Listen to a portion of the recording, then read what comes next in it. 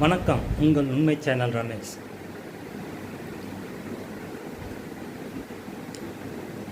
CM sir அவர்களுக்கு, அதாவது நீங்கள் யாருக்குமே கிடைக்காத ஒரு அரிய வாய்ப்பு உங்களுக்கு கிடச்சிருக்கு. எந்த கட்சியோட கூட்டணி இல்லாமல் நீங்கள் தனி பெரும்பான்மையோடு வந்தீங்க, 107 சீட்டு பிடிச்சிங்க. ஆட்சி அமைப்பதற்கு சில சீட்டுகள் தேவைப்பட்டதுனால காங்கிரஸ், விடுதலை சிறுத்தைகள், ஐமுகள் வெளியிலேருந்து ஃபார்வர்ட் பிளாக்கு அதுவும் எல்லாம் ஆதரவு கொடுத்தாங்க, எல்லாம் செஞ்சீங்க. அது வரைக்கும் ஓகே. அதாவது இப்போ உங்கள் கட்சிக்கு வர்றவங்க 30 வருஷம் 40 வருஷம் அதிமுகவில் இருந்துட்டு ஊழல் பெருச்சாளிகள் அவர்கள் உங்கள் கட்சிக்கு வந்துக்கிட்டே இருக்காங்க. எம்எல்ஏ பதவியை ராஜினாமா பண்ணிவிட்டு வர்றாங்க.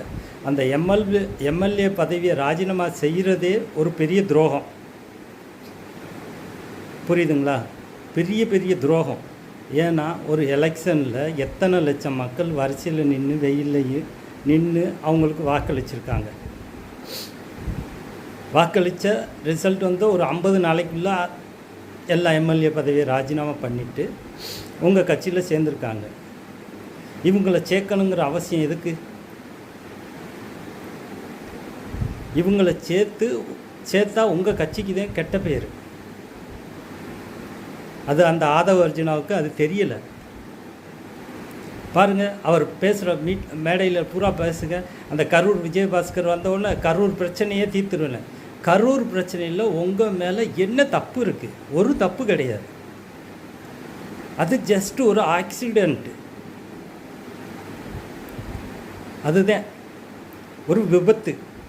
அதை யார் எதிர்கட்சி தலைவரோ நீங்களோ காவல்துறையோ யாரோட குற்றம் இல்லை.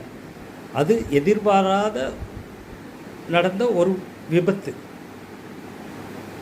பட்டு மனிதாபிமானத்தோட 41 உயிர் போயிருக்கு. அதுக்கு என்ன செய்யணுமோ அதை நீங்கள் செய்யணும். சும்மா அது முடிஞ்சு போன விஷயத்தையே ஒவ்வொரு மேடையிலையும் எதுக்கு பேசி காட்டுறாரு இந்த ஆதவ அர்ஜுனா? அதற்கு பதிலாக உங்களுக்கு ஓட்டு போட்ட நண்பிகள், நண்பாக்கள், தம்பிகள், தங்கைகள், மாமாங்க, மச்சாங்க, அந்த தம்பி தங்கைகளுக்கு ஒரு நல்ல வேலைவாய்ப்பை உருவாக்கி கொடுங்க, நல்ல கல்வியை கொடுங்க, எல்லாம் செஞ்சு கொடுங்க. அவங்களுக்கெல்லாம் ஒரு நல்ல தேர்ந்தெடுத்து அவங்களுக்கு ஒரு அரசு பணி வழங்குங்க.